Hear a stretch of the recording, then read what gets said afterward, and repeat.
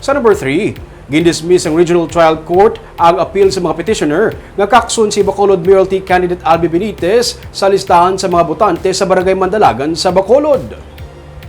Sa desisyon ni Judge Ana Celeste Bernard sa Branch 44 sa Regional Trial Court sa Bacolod, iya sila gin-affirm ang naging desisyon sa Municipal Trial Court sa Oktubre 1, 2021 nga nag-dismiss sa petisyon. Ang mga petitioner ang musanday Hector Yula, Chodoro kag Jonah Abaw, nga damlag pa ginsiling sa ilang mga abogado katapos ang Grupo Progreso. Sunod sa petitioners, kulang sa physical presence si Benitez sa Mountain View Subdivision sa Bacolod City. Napaslawan man siya kuno nga magpakita sa matutuod niya nga tuyo nga mga residente sa Barangay Mandalagan kag wala niya ginabandon ang iyang domicile o kun lilistaran sa Victoria City sang nag-file siya nga mga registered voters ang Mandalagan.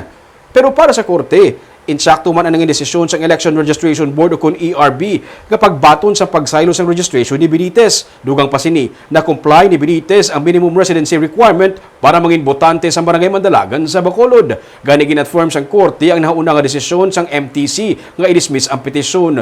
Una nga nag-file sa petisyon ang mga tagreklamo sa ERB kag gin-deny man ang ilang nga petisyon.